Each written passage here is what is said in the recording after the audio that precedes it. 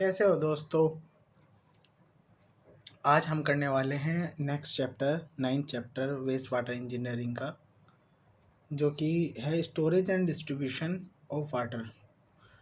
Daily हम एक एक टॉपिक को कवर कर रहे हैं और आज कोशिश करेंगे ज़्यादा से ज़्यादा करने की। तो बिना टाइम वेस्ट किए स्टार्ट करते हैं storage and distribution of water. इससे पहले कुछ थ्योरी पढ़ लेते हैं इसकी। वो थ्योरी कुछ इस तरह से है। Chapter 9 distribution and storage. Method of distribution मतलब डिस्ट्रीब्यूशन ऑफ वाटर करते हैं जब भी हम, जैसे कि हम ओवरहेड टैंक बना दिए, उसके बाद हम पानी जो अपने घरों तक सप्लाई करते हैं, सोसाइटी तक पहुंचाते हैं, उसके 3 मेथड बताए गए हैं। पहला है ग्रेविटेशनल मेथड। ग्रेविटेशनल मेथड में क्या होता है, 3 मेथड पहले पढ़ लेते हैं। ग्रेविटेशनल, डायरेक्ट पंपिंग मेथड और कंबाइंड सिस्टम मेथड।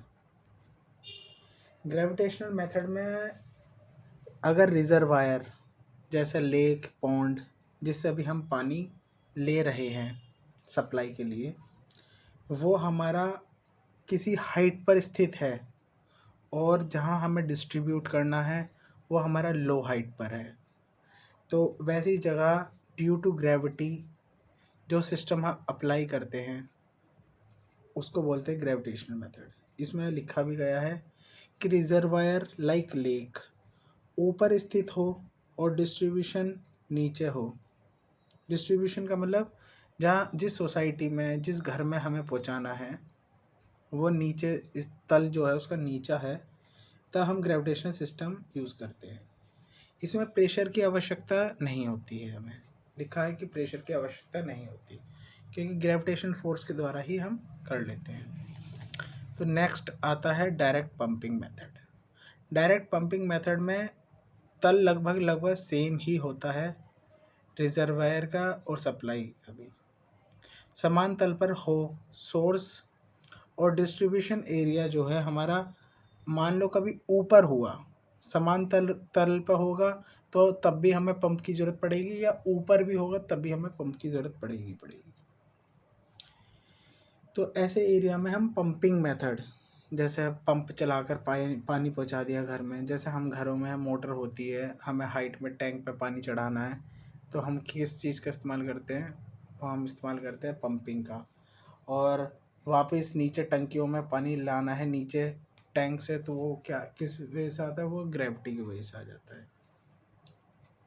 तीसरा मेथड है combined system, gravitational and pumping method, जो कि नॉर्मल डेज में देखा जाता है। दोनों ही होते हैं हमारे। जल सोर्स को आर्टिफिशियली एक टैंक बना देते हैं, जैसे ओवरहेड टैंक बना दिया, आजकल तो यही कर रहे हैं, उसमें स्टोर कर लेते हैं और ग्रेविटी मेथड द्वारा डिस्ट्रीब्यूशन उसका कर लेते हैं।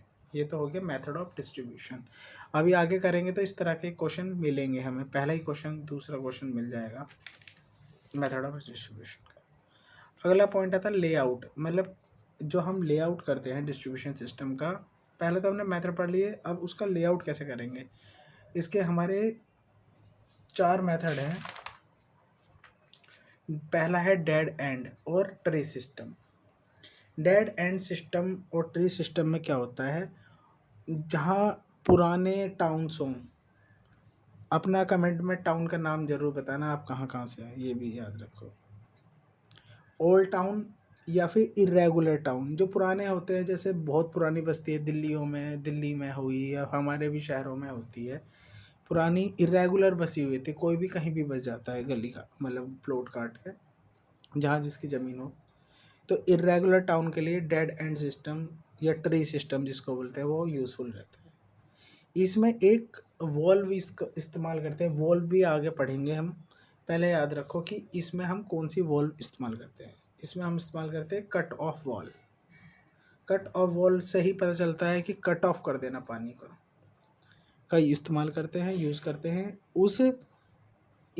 उस बिंदु के आगे की ओर, जहाँ पे हम कट ऑफ वॉल लगाते हैं, उस बिंदु के आगे की ओर जल जो है, जल का बहाव रुक जाता है। जहाँ पे हमने लगा दी उससे आगे पानी नहीं जाएगा। बंद सिरा, अगला पॉइंट है बंद सिरा होने के कारण, मतलब डेड एंड है ना, मतलब आखिरी सिरा जहाँ बंद होता है, कट ऑफ वॉल लगी होती है, उसके कारण जो जल जो है भरा रहता है वहीं पे, सर्कुलेट नहीं होता, सर्कुलेशन पानी का नहीं हो पाता। तो जहाँ वो पानी है डेड एंड पर, वहाँ पानी सड़ने लग जाता है या इम्प्योर होने लग जाता है। तो एक पॉइंट इसका ये डिसएडवांटेज है। एक ही पाइप को, मेन पाइप से बाकी सब मेन ब्रांच में पानी जाता है इसमें, ये भी बात याद रखो। एक ये यूनिडायरेक्शनल फ्लो है, मतलब पीछे को नहीं जा सकता इसमें, सिर्फ एक ही दिशा में पानी जाएगा। तो ये हो गया डेड एंड सिस्टम। दूसरा है आयरन ग्रिड सिस्टम या रेटिकुलर सिस्टम। आयरन ग्रिड या रेटिकुलर मॉडिफाई सिस्टम ही है ये, डेड एंड का मॉडिफाई वर्जन ही है। इसका इस्तेमाल हम well plan city, well plan towns और रोड रेक्टेंगुलर पैटर्न पर प्रदान किया जाता है। मतलब जो रेक्टेंगुलर हैं रोड, क्योंकि रोड के नीचे ही बिछाए जाते हैं पाइप, जो रोड्स रेक्टेंगुलर फॉर्म में हो वहाँ पर ये बहुत अच्छे से काम करता है। डेड एंड नहीं होने के कारण पानी ख़राब होने का ख़तरा भी नहीं रहता है, ये भी एक एडवांटेज है इसका। पर इसमें यह है प्रेशर हर एंड पर समान रहता है। प्रेशर जैसे कहीं पर कम, डेड एंड में क्या था, कहीं पे एक ही लाइन जा रही है, कहीं पे पानी ज़्यादा क्वांटिटी में निकाल लिया तो आगे जो जाएगा वो हेड लॉस हो जाएगा, पानी इतना पर्याप्त नहीं जा पाएगा। ठीक है, प्रेशर हर एंड पर समान रहता है। एक वाल्व बंद करने पर दूसरी दिशा में जल पहुंच जाता है आराम से, ये पॉइंट भी ये भी एडवांटेज है। फायर इमरजेंसी में पानी की कमी नहीं हो पाती, ये भी बहुत अच्छी चीज़ है। फायर जहाँ पर जैसे कि आग लग गई तो वहाँ से पानी आराम से जा सकता है। इसका डिसएडवांटेज ये है, इसमें बड़ी संख्या में स्ल्यूज वॉल, ये याद रखो स्ल्यूज वॉल कौन सी वॉल होती हैं। इसमें आयरन ग्रिड में ज़्यादा अमाउंट में नंबर्स में स्ल्यूज वॉल का इस्तेमाल करते हैं और फिटिंग भी करते हैं, तो इसकी वजह से इसकी इनिशियल कॉस्ट बढ़ जाती है। जहाँ पर ज़्यादा वाल्व्स लगेंगी, ज़्यादा फिटिंग लगेंगी, वहाँ पे तो ऑब्वियस सी बात है कि कंस्ट्रक्शन कॉस्ट बढ़ जाएगी। ठीक है, अगला है इर्रेगुलर टाउन्स में यूज़फुल नहीं रहता है। इर्रेगुलर टाउन्स में कहीं भी कोई सा भी मेथड यूज़फुल नहीं रहता है सिवाय डेड एंड के, ये भी याद रखें पॉइंट। तीसरा पॉइंट है रिंग सिस्टम और circular system.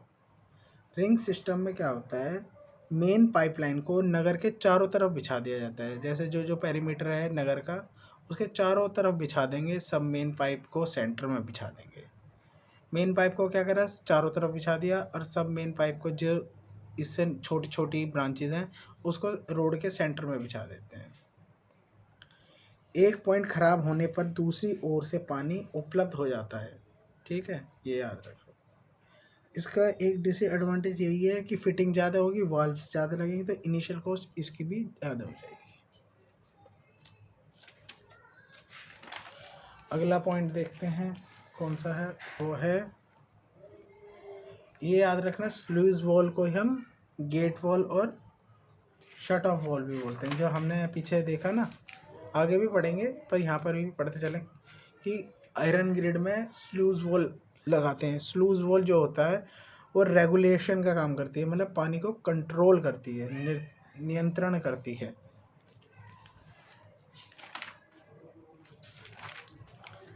Radial system, radial system पूरे एरिया को हम क्या करते हैं, छोटे छोटे भागों में डिवाइड कर दिया। ठीक है, छोटे छोटे भागों में डिवाइड करके उसका खुद का ना एक ओवरहेड टैंक बना देते हैं। ओवरहेड टैंक बनाकर तब वाटर की सप्लाई करते हैं। जैसे कोई एरिया है, बड़ा एरिया, उसके छोटे छोटे पार्ट में डिवाइड करते हैं, वहाँ पर एक ओवरहेड टैंक, वहाँ पे एक ओवरहेड टैंक, यहाँ पर ओवरहेड टैंक बना देते हैं, वहाँ से पानी बैफ्रिकेट कर देते हैं। इसकी एडवांटेज ये है, डिस्ट्रीब्यूशन तेज़ होता है और हेड लॉस बहुत कम होता है। ठीक है, क्योंकि छोटे छोटे एरिया में डिवाइड करते हैं तो पानी प्रेशर से जाएगा। डिसएडवांटेज पहला तो ये हो जाएगा कि कॉस्ट बढ़ जाएगी, ओवरहेड टैंक बनाएंगे तो। दूसरा only use for radial roads, जहाँ पर रास्ता वैसे जा रहा है, बैफ्रिकेट अंदर से बाहर की तरफ कोई विकास हो रखा है, तो वहाँ पर प्रेशर का यूज़ करना पड़ता है इसमें। ठीक है, ये भी याद रखो। अब वॉल्व्स पढ़ते हैं, कौन कौन सी वॉल्व्स जो हमने इसके दौरान इस्तेमाल करी। पहली, इससे हर बार एक ना एक क्वेश्चन आता ही आता है, मिनिमम 1 या 2 क्वेश्चन आएंगे, चाहे सिस्टम के आ जाए चाहे वॉल्व्स के आ जाए, इसलिए महत्वपूर्ण है। पहला है sluice valve. Sluice valve, gate valve, shut off valve या स्टॉप वॉल्व। ये वॉल्व क्या करती है, पाइपलाइन में पानी को रेगुलेट करने का काम करती है। इसका इस्तेमाल क्रॉस सेक्शन पे, मतलब क्रॉसिंग पर, जहाँ इंटरसेक्शन हो रहा हो, क्रॉसिंग हो रही हो या जंक्शन हो, वहाँ पर लगाते हैं, क्योंकि कंट्रोल कर रहा है तो जंक्शन पे ही लगाएंगे, मेन पॉइंट पर ही लगाएंगे इसको। अगला, सबमिट पर पॉइंट पर भी इसका इस्तेमाल करा जा सकता है, पर मेनली क्रॉसिंग्स पर ही याद रखना सबमिट्स के लिए, क्योंकि एक क्वेश्चन और आ जाता है तो कंफ्यूज नहीं होना। अगला पॉइंट है डिस्ट्रीब्यूशन, और अगला पॉइंट है इसमें कहाँ यूज़ करते हैं, डिस्ट्रीब्यूशन सिस्टम में। ठीक है, किस चीज़ का बना होता है, ब्रॉन्ज, स्टेनलेस स्टील और कास्ट आयरन। ठीक। सेकंड वॉल्व है air relief valve. Air relief valve को हम इनलेट वॉल्व भी बोलते हैं, और क्योंकि वायु जो है इसमें इसी वॉल्व से पाइप के अंदर आती है, इसी वजह से हम इसको इनलेट वॉल्व कहते हैं। इनलेट मतलब इन, कुछ चीज़ अंदर जा रही है, इसलिए इनलेट वॉल्व। इसका इस्तेमाल जो मेनली करते हैं हम, जो एमसीक्यूज़ में भी आएगा कि एयर रिलीफ वॉल्व का हम इस्तेमाल कहाँ करते हैं, वो करते हैं हम सबमिट पॉइंट पर, जहाँ पर एक हाईएस्ट पॉइंट होता है। Submit point is the highest point in the system, क्योंकि सबमिट पॉइंट पर और गेट वॉल्व पर भी कर सकते हैं। गेट वॉल्व मतलब शुरुआत में, जैसे अप स्ट्रीम जहाँ से पानी निकल रहा है और जहाँ तक जा रहा है डाउन स्ट्रीम में, वहाँ पर भी एयर रिलीफ वॉल्व बनाते हैं। इसके बारे में कुछ पॉइंट्स, जब पाइप में हवा भर जाती है और पानी रुक जाता है, हवा की वजह से, प्रेशर की वजह से पानी रुक जाएगा, तब हवा को निकालने के लिए एयर रिलीफ वॉल्व का इस्तेमाल हम करते हैं। ठीक, इनके नाम के अंदर ही इनके काम छुपे हैं। अगली वॉल्व है रिफ्लक्स वॉल्व। रिफ्लक्स मतलब कुछ ऐसा हो रहा है, री का मतलब रोकना, रिटर्न ना होना। री का मतलब नॉन रिटर्न, एक तरह से नॉन रिटर्न है री का मतलब। इसको हम चेक वॉल्व भी बोलते हैं। ये याद रखना कि रिफ्लक्स वॉल्व को हम चेक वॉल्व भी बोलते हैं, या फिर नॉन रिटर्निंग वॉल्व भी बोलते हैं। ये एक ऑटोमेटिक वॉल्व है। ठीक है, ये भी याद रखना, ये भी ऑटोमेटिक है, एयर रिलीफ वॉल्व भी ऑटोमेटिक वॉल्व है। तो जो पानी को सिर्फ एक ही दिशा में बहने देती है, इसलिए इसका इस्तेमाल करते हैं। और इसका इस्तेमाल ज़्यादातर हम जो करते हैं, मोस्टली इसका जो महत्वपूर्ण एग्जांपल है वो है ट्यूबवेल का। बैक फ्लो को रोकने के लिए करते हैं, और ट्यूबवेल में क्या है ना, पानी खींचता है, चूसण वाला होता है। चेक वॉल्व का प्रयोग चूसण पाइप में किया जाता है, ये भी याद रखो।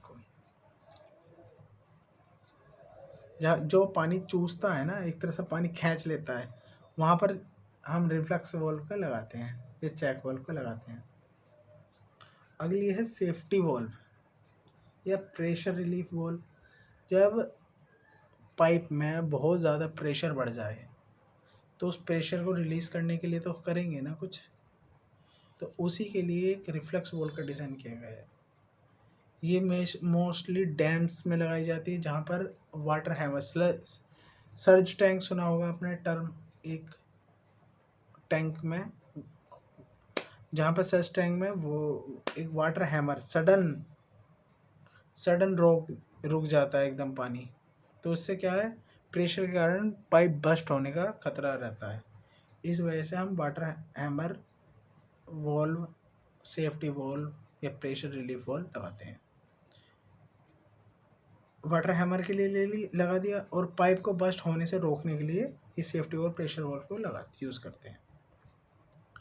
अगली आती है स्काउर वॉल्व। स्काउर वॉल्व या ड्रेन वॉल्व, अभी हम पीछे भी पढ़ के आए थे एक पॉइंट कि डेड एंड सिस्टम में हम कौन सी वॉल्व लगाते हैं, कट ऑफ वॉल्व, ठीक है। एक तो कट ऑफ वॉल्व हो गई, और एक होती है इसकी जो जब जहाँ पानी इसमें रुका रहता है, पानी रुका रहता है डेड एंड पर, डेड एंड पे पानी को गंदा होने से बचाने के लिए हम स्काउर वॉल्व लगाते हैं, याद रखें, ठीक है। इम्प्योर वाटर को निकालने के लिए हम सिल्ट, सैंड वगैरह को निकालने के लिए स्काउर वॉल्व का इस्तेमाल करते हैं, ठीक है। ये था हमने पढ़ा है स्काउर वॉल्व। ये मोस्टली डेड एंड सिस्टम में लगाते हैं, जैसे डेड एंड सिस्टम में पानी जहाँ भरा रहता है वहाँ और इम्प्योरिटीज़ लाइक सैंड एक्सेट्रा को निकालने के लिए लगाते हैं। तब तक पांचों वॉल्व्स क्लियर हो गई। अब हम एमसीक्यूज़ पर चलते हैं। तो पहला क्वेश्चन क्या कह रहा है दोस्तों, 488, कि the valve which protected the water meter from the damages of water hammer. Water hammer के लिए हम प्रेशर रिलीफ वॉल्व का यूज़ करते हैं, अभी पढ़े थे हम।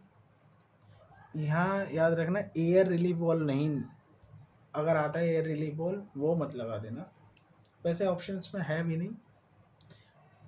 स्टॉप कॉक हमने पढ़ा नहीं तो उसको लगाएंगे भी नहीं। प्रेशर रिलीफ वॉल्व पढ़ा है, वो वाटर हैमर के लिए, B is the right answer. Reflux valve भी पढ़ के आए हैं हम। रिफ्लक्स वॉल्व क्या करती है, नॉन रिटर्निंग वॉल्व, एक ही डायरेक्शन में फ्लो होता रहता है। वाटर हैमर वॉल्व ऑप्शन अच्छा था पर ये नहीं होता क्योंकि हमने पढ़ लिया है। क्वेश्चन नंबर 489, वो कौन सा सिस्टम है, मेथड है डिस्ट्रीब्यूशन का जो इसमें उपयोग नहीं करते डिस्ट्रीब्यूशन में। तो डिस्ट्रीब्यूशन ऑफ वाटर में कौन सा मेथड है जो उपयोग नहीं करते हैं, ग्रेविटेशन मेथड हम पढ़िया है, पंपिंग मेथड पढ़िया है, कंबाइन भी पढ़िया है हम। प्रेशर सिस्टम हमने कहीं नहीं पढ़ा, देखो इन मेथड में कहीं प्रेशर सिस्टम है, ग्रेविटेशन है, पंपिंग है और कंबाइन है, ठीक है। तो 489 का हो जाएगा pressure system, D.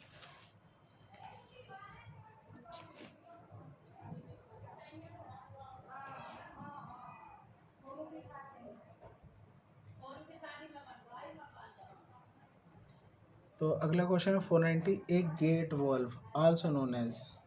Gate valve हम पढ़ के आए हैं। गेट वॉल्व क्या होता है, स्ल्यूज वॉल्व भी बोलते हैं इसको, शट ऑफ वॉल्व बोलते हैं, स्टॉप वॉल्व भी बोलते हैं।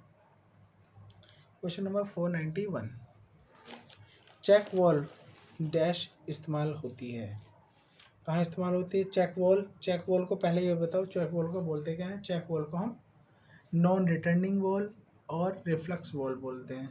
तो एक ही दिशा में पानी को बहाव होता रहता है। चेक वॉल्व इसने जान के दिया क्योंकि रिफ्लक्स वॉल्व, री से आप समझ जाओगे, री मतलब नॉन रिटर्निंग, नॉन रिटर्निंग बोल नहीं सकते, तो चेक वॉल्व एक ही दिशा में बहाव के लिए यूज़ करते हैं। इसका डायग्राम भी अच्छे से दे रखा है, यहाँ से पानी निकलेगा ये ऊपर उठ जाएगा और वापस आएगा है नहीं।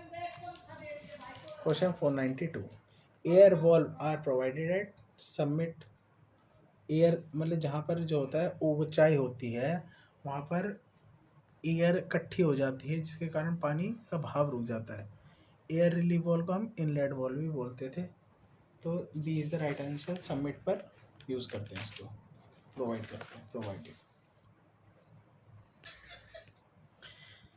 Question number 493, a type of valve which is provided at the corner of the road to control the flow of water at the cross section of distribution is called। इसने देखो क्वेश्चन समझने के लिए कंट्रोल लिख दिया कि control the flow. तो control the flow या रेगुलेट द फ्लो किस में करते थे हम, वो करते हैं sluice valve, sluice, gate valve, ठीक है। सेफ्टी वॉल्व तो होगा नहीं, स्कोर वॉल्व सिल्ट के लिए होता है, स्लूज वॉल्व होगा, चेक वॉल्व रिफ्लेक्स वॉल्व होता है जिसको नॉन रिटर्निंग वॉल्व भी बोलते हैं, ठीक है। बात खत्म। लिख देते हैं फटाफट, रिफ्लक्स वॉल और non returning wall.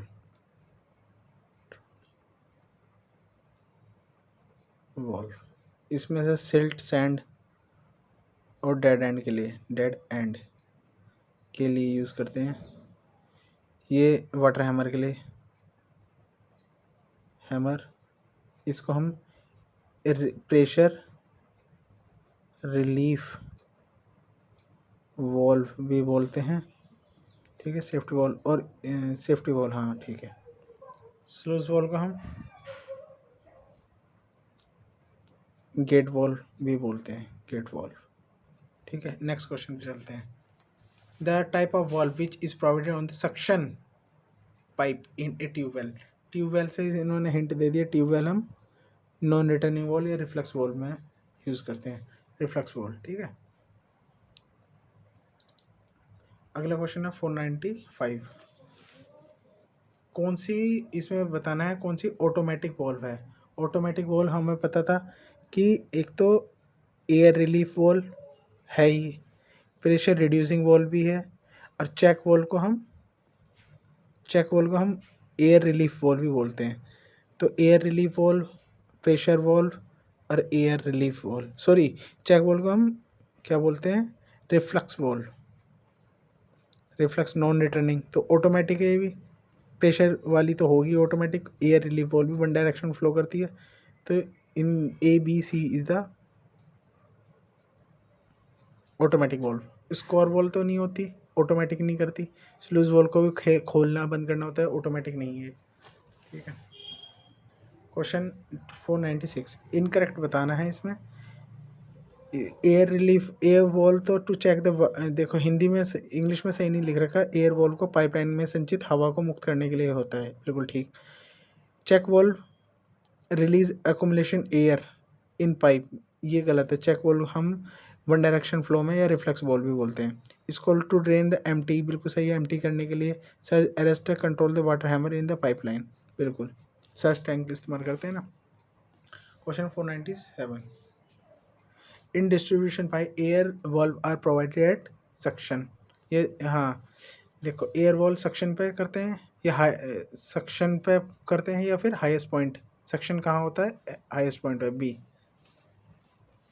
Question number 498 the suitable layout of a water supply distribution for an irregular ground town। irregular ground town के लिए हम कौन सा सिस्टम इस्तेमाल करते थे, और कोई सा भी सिस्टम नहीं इस्तेमाल कर सकते हम सिवाय डेड एंड के, ठीक है। ऑप्शंस दे रखे हैं इसमें, dead end, radial, grid iron, ring. तो मोस्ट अप्रोप्रिएट आंसर, अप्रोप्रिएट ही है, मोस्ट भी नहीं, अप्रोप्रिएट आंसर है डेड एंड।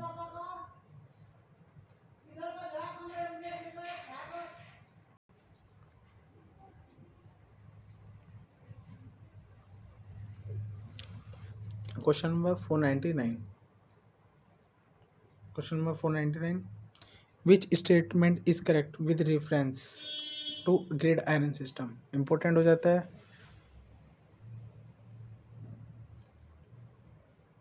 रिपीट होगा ये।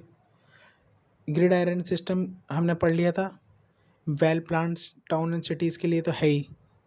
Require less number of sluice valve, sluice valve का इसमें लेस नंबर इस्तेमाल होता है, ऐसा नहीं है, ज़्यादा होता है, ठीक है।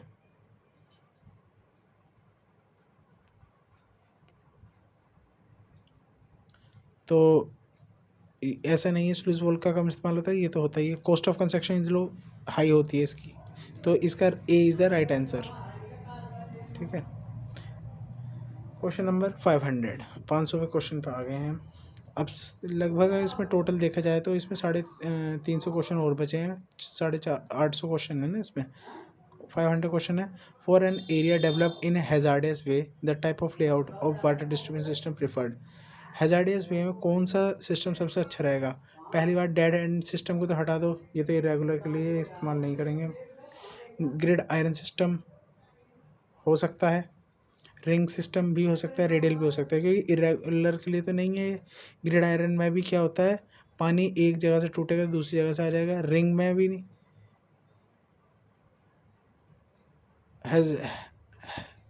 इनका जो आंसर है ए ही है। For an area develop in haphazard way the type of layout of the water distribution system preferred is. अव्यवस्थित तरीके से विकसित क्षेत्र एक क्षेत्र में, ओहो, हैप्जार्डियस की जो हैजार्डियस नहीं है, हैप्जार्डियस है, मतलब इर्रेगुलर। बहुत ही बढ़िया टर्म इसने चेंज कर दी। हैप्जार्डियस का मतलब होता है इर्रेगुलर। तो इर्रेगुलर में तो आपको पता ही कौन सा इस्तेमाल, हिंदी में देखो, अव्यवस्थित मतलब इर्रेगुलर। तो it's my mistake to read in Hindi also. तो डेड एंड सिस्टम बेस्ट होगा इसके लिए। 501 question, the important factor parameter to be consider for selecting a pipe for water distribution is are.